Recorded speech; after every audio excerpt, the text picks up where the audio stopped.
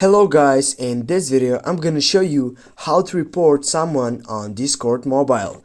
First you need to go out from your Discord account, then you need to go to your browser and take a look on the settings side for Google, and here type for Discord support.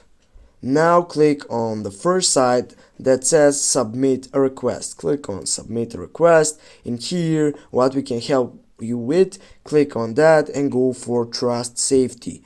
Now as you can see here, you need to add your email address and go for how can we help. Now go for report abuse or harassment, go from it. And guys, here what would you like to report? Here you need to choose what option that is related to your situation. For example, we'll go with chats, hacks, malware or cracked accounts, and you need to fulfill why, for example, it's cracked or stolen account. And then here you can also fulfill all this information, and also here you can add file which you can go and make a screenshot.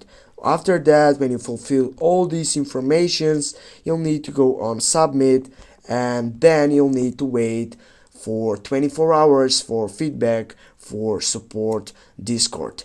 Thanks guys for watching. Don't forget to hit that like and share the video. See you soon guys.